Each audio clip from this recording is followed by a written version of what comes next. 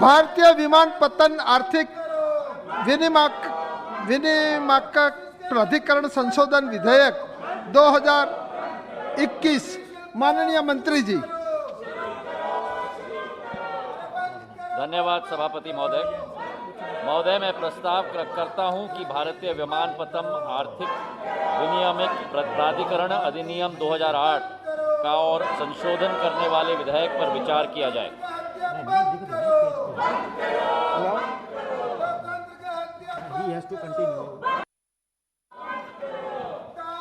माननीय सभापति महोदय, जो ये भारतीय विमानपत्तन आर्थिक विनियामक प्राधिकरण अधिनियम 2008 का संशोधन का विधेयक आपके समक्ष और हाउस के समक्ष रखा गया है, ये एक बहुत महत्वपूर्ण विधेयक है और बहुत ही महत्वपूर्ण संशोधन है।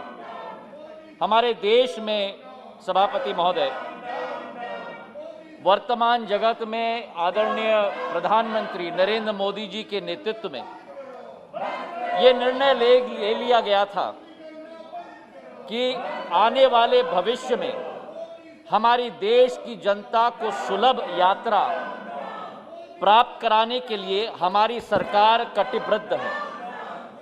माननीय प्रधानमंत्री जी ने ये निर्देश दिए थे कि देश में 130 करोड़ जनता में से हमें ये निश्चित करना होगा कि जो लोग वर्तमान में हवाई चप्पल पहनते हैं वो हवाई जहाज में सफर कर पाएं। जो हवाई सेवा सदैव सदियों से 70 सालों से अमीरों के लिए रखी जाती थी, बड़े बड़े लोगों के लिए रखी जाती थी, वो हवाई सेवा हमारे प्रधानमंत्री नरेंद्र मोदी जी के ही नेतृत्व में आम जनता के लिए, गरीब के लिए, किसान के लिए उपलब्ध इस देश में आज करी जा रही है। ये उनका संकल्प है कि भारत आगे बढ़ेगा। जैसे महात्मा गांधी जी ने कहा था कि भारत का असली नागरिक गांव में रहता है, और हमारे प्रधानमंत्री जी का भी वही संकल्प है कि जो सुविधाएं शहरी व्यक्ति को मिलता है वही सुविधाएं हमारे ग्रामीण अंचल के निवासियों को भी मिले। उनकी सोच और विचारधारा है कि सबका साथ और सबका विकास, और हवाई सेवा उसी सोच विचारधारा के साथ जुड़ी हुई है। यात्रा का प्रजातंत्रीकरण, यात्रा का लोकतंत्रीकरण अगर किसी सरकार के समय में हुआ है तो वो आदरणीय नरेंद्र मोदी जी प्रधानमंत्री जी की सरकार में हुआ है।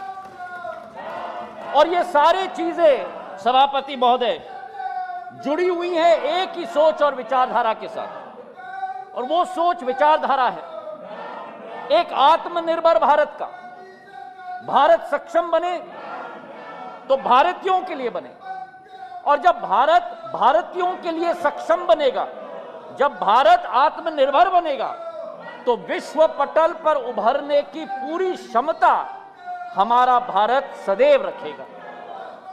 तो यही सोच के साथ जहां एक तरफ आम जनता के लिए सुविधा, दूसरी तरफ सबका साथ और सबका विश्वास और सबका विकास, तीसरी तरफ एक आत्मनिर्भर भारत की सोच और विचारधारा। और आप सोचिए सभापति महोदय कि इस चुनौती के समय में जब कोरोना का महामारी है, और उस कोरोना के महामारी में भी संवाद के बदले में नारेबाजी हो रही है, इस संवाद के बदले में नारेबाजी के माहौल में हमारी सरकार प्रतिबद्ध है कि नारे जितने भी लगे, हम देश के लिए संकल्पित हैं, हम किसान के लिए संकल्पित हैं, हम गरीब के लिए संकल्पित हैं, और देश के विकास के लिए संकल्पित हैं। और इस वातावरण में कोरोना का वातावरण लेकिन संवाद नहीं चाहते, कोरोना का वातावरण लेकिन चर्चा नहीं चाहते, कोरोना का वातावरण हमारे प्रधानमंत्री और हमारे सरकार ने निश्चय लिया है कि चुनौती को भी हम अवसर में बदलेंगे, और गरीबों और किसानों और आम जनता तक हम हर सुविधा पहुंचाने के लिए कोशिश करेंगे। एक दो उदाहरण मैं आपको देना चाहता हूं सभापति महोदय कि इस योजना उड़ान का लाभ कैसे हमारे आम जनता को मिला है। एक शहर है बिहार में, उस शहर का नाम है दरभंगा। उस दरभंगा में स्वतंत्रता के समय में एक हवाई पट्टी बनी थी और एक निजी एयरलाइन दरभंगा एविएशन 1950 से 1962 तक वहां चलती थी। उसके बाद दरभंगा नागर विमानन नक्शे से मिट गया, कोई सुविधा वहां नहीं मिलती थी। सबसे पास वाला एयरपोर्ट हवाई अड्डा पटना था जो 5 घंटे दूरी पे थी। 9 नवंबर 2020 को पहली फ्लाइट दिल्ली से दरभंगा पहुंची। केवल दरभंगा के वासियों के लिए नहीं, लेकिन दरभंगा के आसपास 14 जिलों के वासियों में एक हर्ष और उल्लास का वातावरण तैनात हुआ। और 1.5 सालों में सभापति महोदय, जिस दरभंगा में एक फ्लाइट भी नहीं आता था, जिस दरभंगा को सिविल एविएशन के नक्शे से उजाड़ दिया था, अब 1.5 साल में 110 प्लेन के मूवमेंट्स है दरभंगा से पूरे देश के इर्द गिर्द। और 1.5 लाख यात्रियों को दरभंगा से नवंबर 2020 से मार्च 2021 तक देश के कोने कोने में इस उड़ान योजना ने पहुंचाया है। और ऐसी कहानियां दुर्लभ हैं सभापति महोदय। बेलगांव कर्नाटक जो अध्ययन का क्षेत्र है, उस बेलगांव कर्नाटक जो जुड़ा हुआ नहीं था, आज 170 एयरक्राफ्ट मूवमेंट्स हैं उस बेलगांव कर्नाटक से। 2.5 लाख यात्रियों का आवागमन हुआ है। उड़ीसा में झरसुगुड़ा क्षेत्र जो विश्व के द्वितीय युद्ध में एक हवाई पट्टी वहां लगी थी जो टूटी हुई थी, उड़ीसा के बॉर्डर पे रहता है, छत्तीसगढ़ के बॉर्डर पे रहता है। भुवनेश्वर 325 किलोमीटर दूर है। सबसे पास वाला एयरपोर्ट उड़ीसा में नहीं, झारखंड में रांची में उपस्थित है। वीर साई एयरपोर्ट मार्च 2019 में स्थापित किया गया। आज 9 बड़े शहरों से जुड़ा गया है। दिल्ली, मुंबई, चेन्नई, बेंगलोर, हैदराबाद, रायपुर, पटना, भुवनेश्वर। 2 लाख से ज्यादा यात्री ने वहां से सुलभ यात्रा की है। 140 फ्लाइट्स वहां से कनेक्टेड हैं।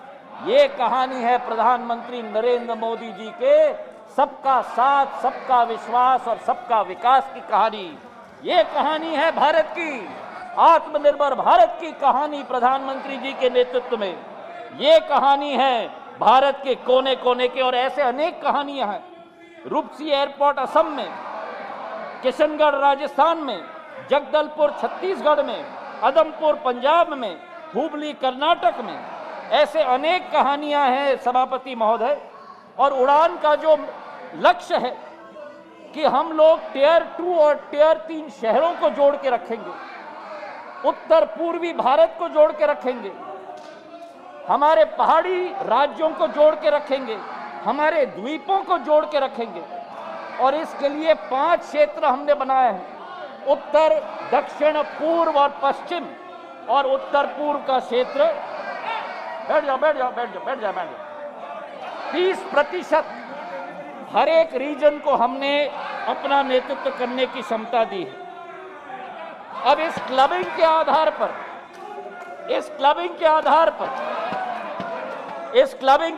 पर सभापति महोदय बहुत सारे लाभ इस क्षेत्र को मिलेंगे। जहां एक तरफ एयरपोर्ट्स अथॉरिटी ऑफ इंडिया, भारतीय विमानतरण प्राधिकरण के द्वारा एक नया महत्व दिया जाएगा छोटे छोटे शहरों के लिए। शॉर्ट क्यों रखें भाई, उनको अपना काम करने दो, हम अपना काम करेंगे।